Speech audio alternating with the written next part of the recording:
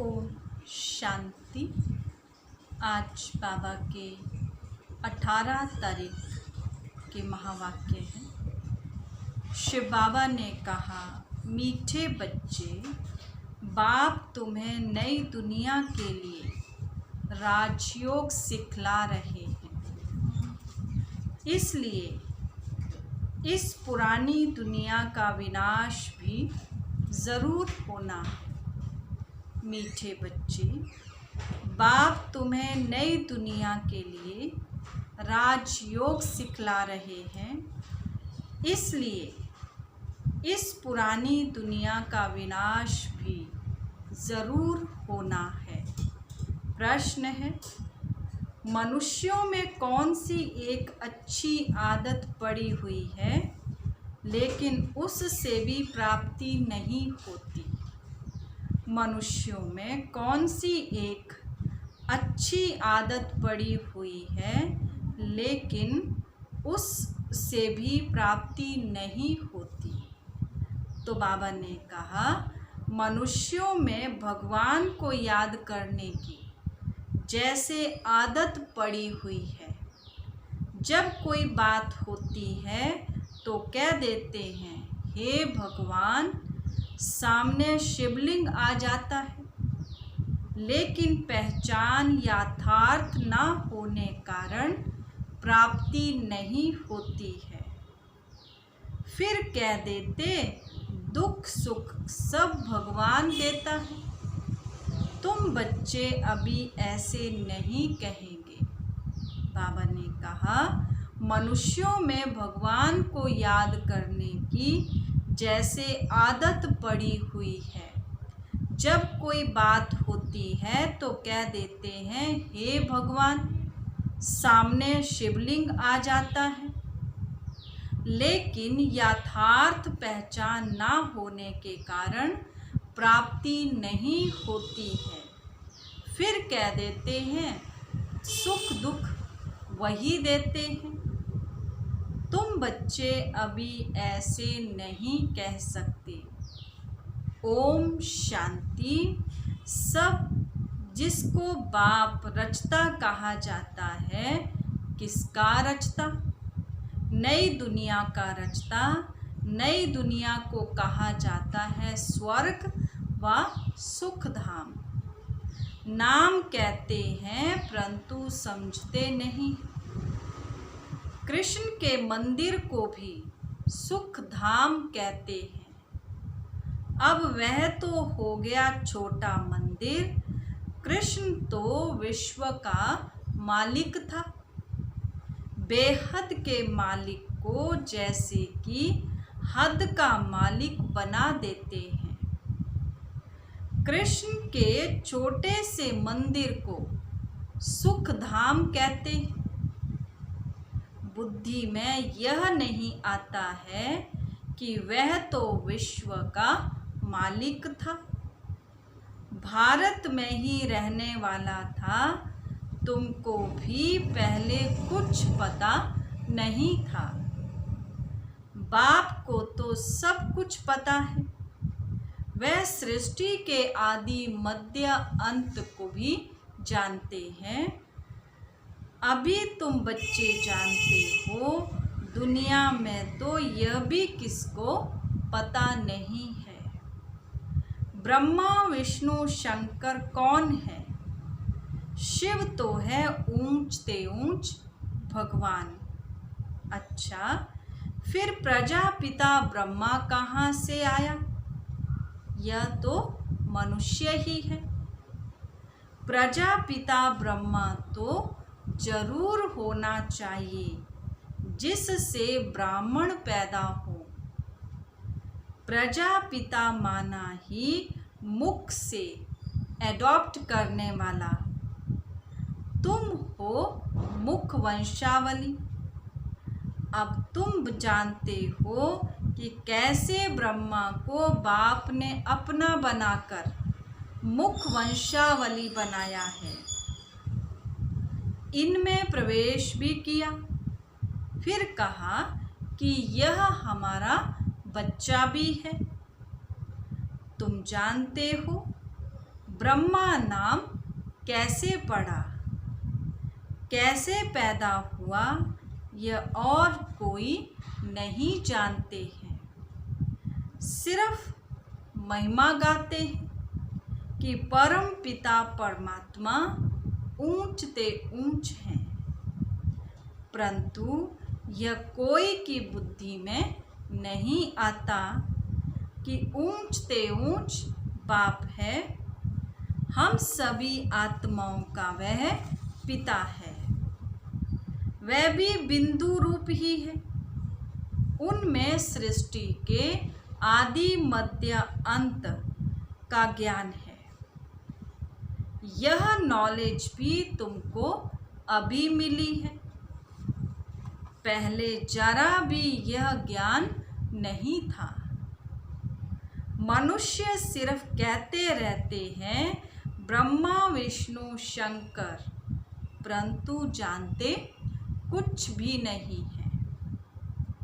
तो उन्हों को ही समझाना है, अभी तुम समझदार बने हो, जानते हो कि बाप ज्ञान का सागर है जो हमको ज्ञान सुनाते हैं, पढ़ाते हैं।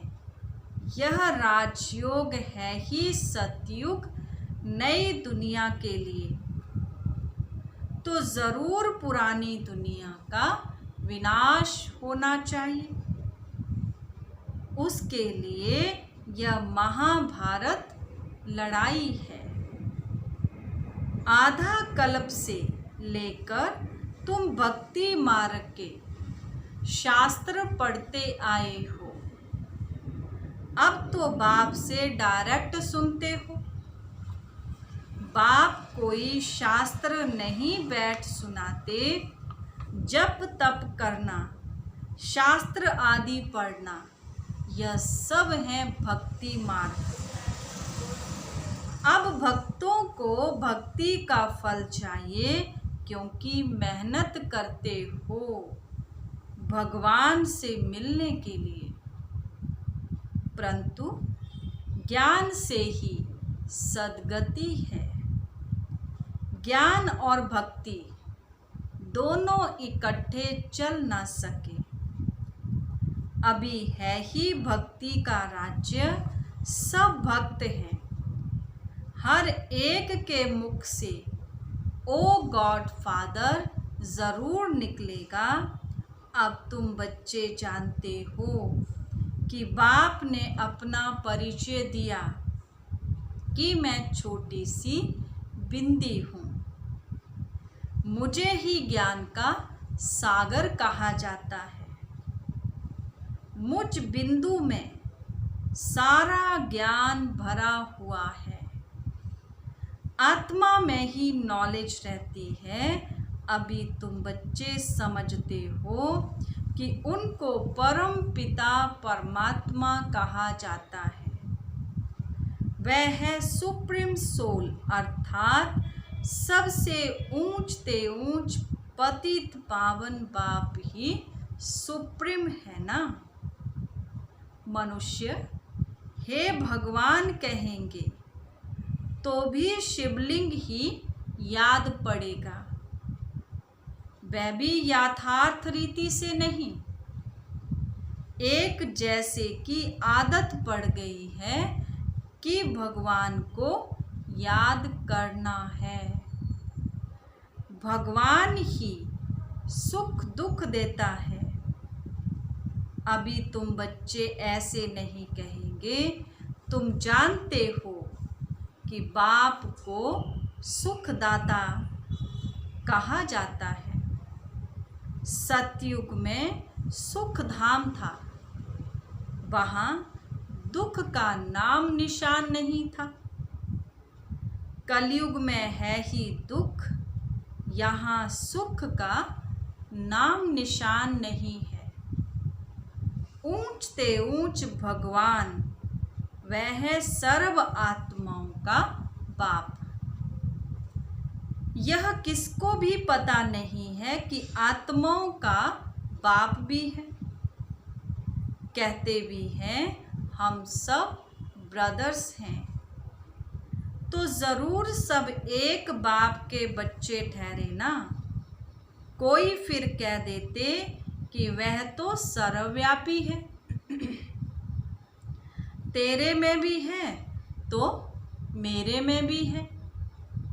अरे तुम तो आत्मा हो, यह तुम्हारा शरीर है।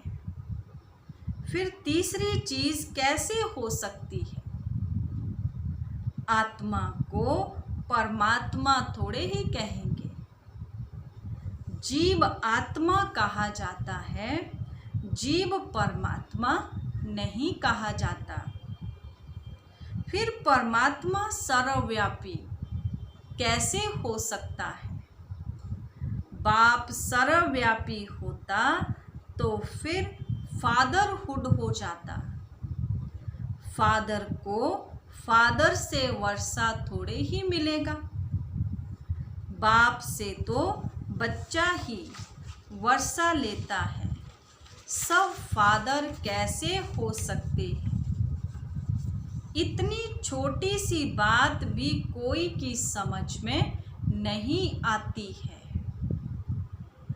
तब बाप कहते हैं, बच्चे, हमने आज से 5000 वर्ष पहले तुमको कितना समझदार बनाया था।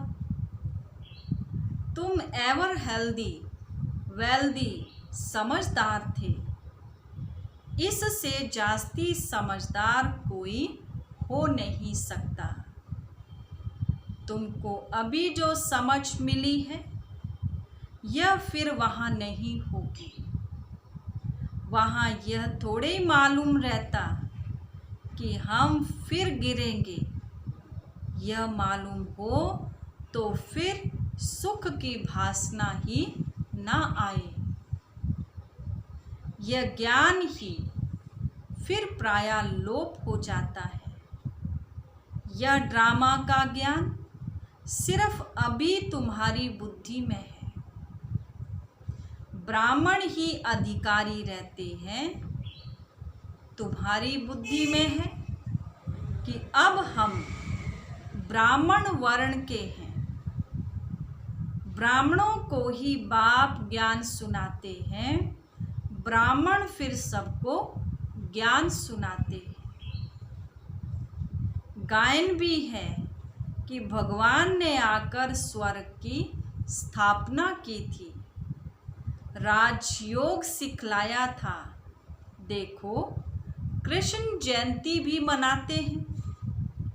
समझते हैं कि कृष्ण वैकुंठ का मालिक था, परंतु वह विश्व का मालिक था। यह बुद्धि में नहीं आता है। जब उनका राज्य था तो और कोई धर्म ही नहीं था।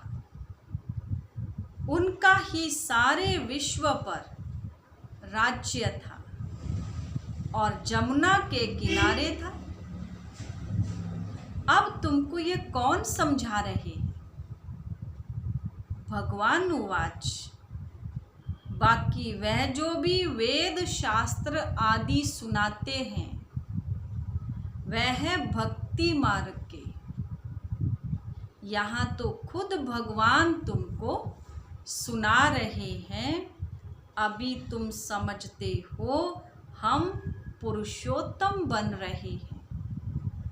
तुमको ही यह बुद्धि में है कि हम शांति धाम के रहने वाले हैं। फिर हम आकर 21 जन्मों की प्रारब्ध पाएंगे।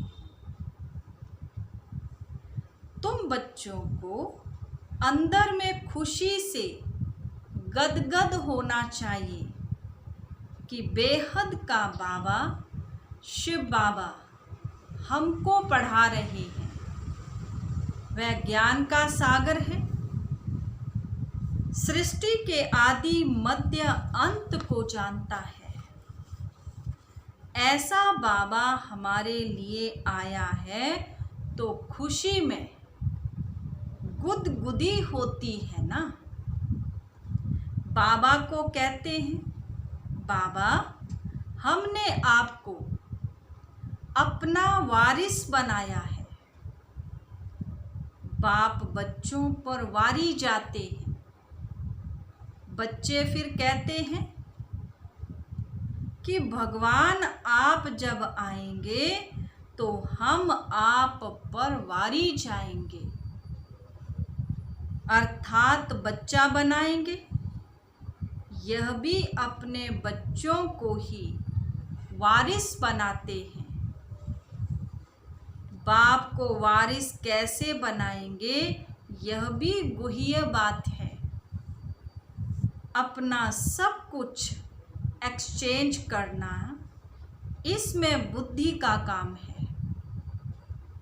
गरीब तो झट एक्सचेंज कर लेंगे, साहूकार मुश्किल करेंगे। जब तक कि पूरी रीति ज्ञान ना उठावें, इतनी हिम्मत नहीं है। गरीब तो झट कह देते, बाबा हम तो आपको वारिस बनाएंगे। हमारे पास रखा ही क्या है? वारिस बनाकर फिर शरीर निर्वाह भी अपना करना है। सिर्फ ट्रस्टी समझ कर रहना है। युक्तियां बहुत बताते रहते हैं। बाप तो सिर्फ कहते हैं कि कोई पाप कर्म में तो पैसे खराब नहीं करते हैं। मनुष्य को पुण्य आत्मा बनाने में पैसा लगाते हैं। सर्विस भी कायदे सिर करते हैं। ये पूरी जांच करेंगे, फिर सब राय देंगे। यह भी धंधे में ईश्वर अर्थ निकालते थे ना। वह तो था इनडायरेक्ट, अभी बाप डायरेक्ट आए हैं। मनुष्य समझते हैं हम जो कुछ करते हैं उनका फल ईश्वर दूसरे जन्म में देते हैं। कोई गरीब दुखी है तो समझेंगे कर्म ही ऐसा किया हुआ है। अच्छे कर्म किए हैं तो सुखी है।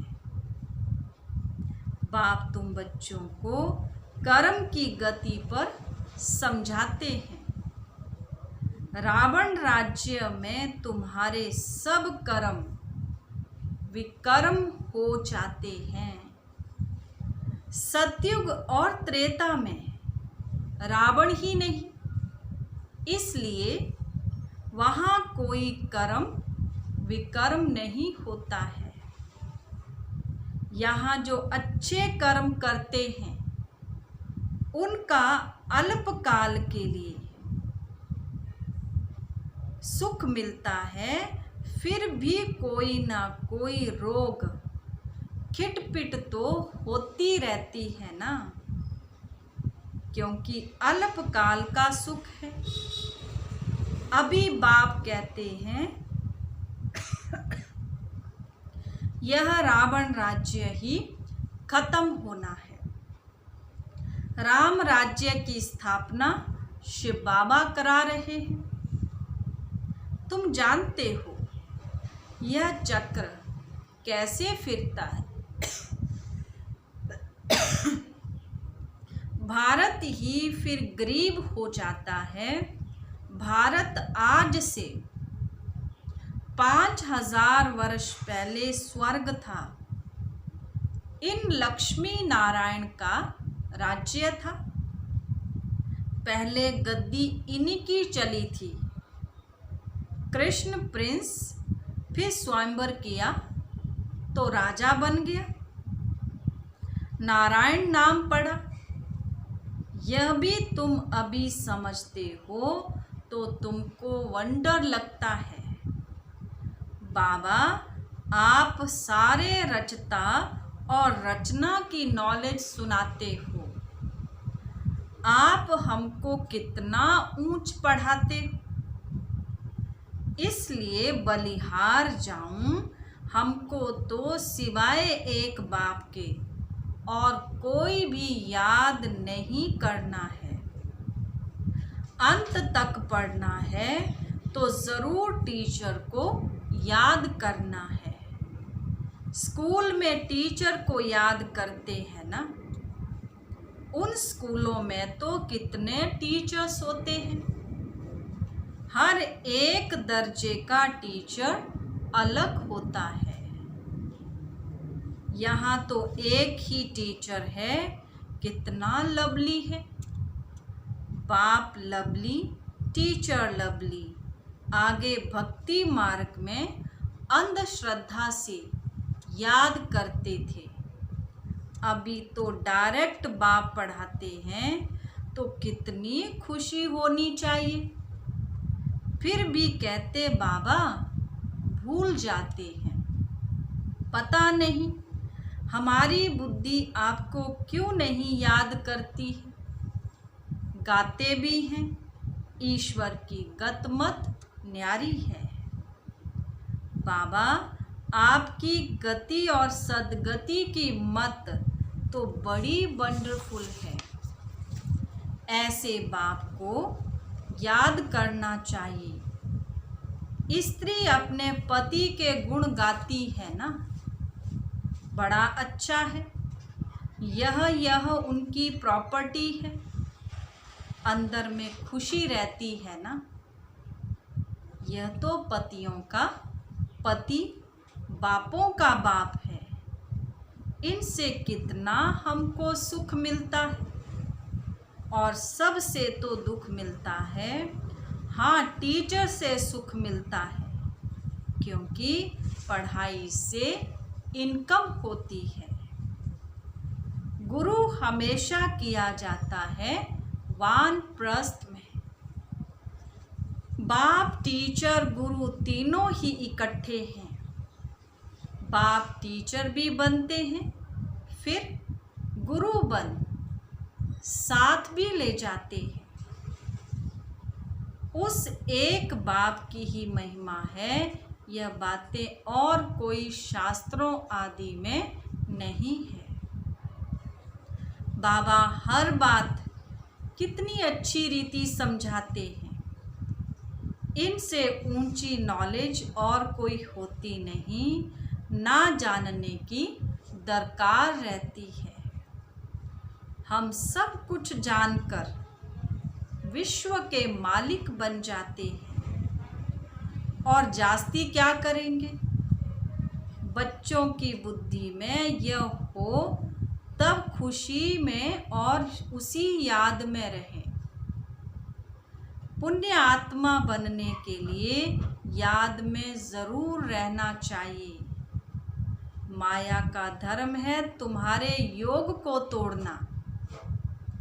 योग में ही माया विघन डालती है।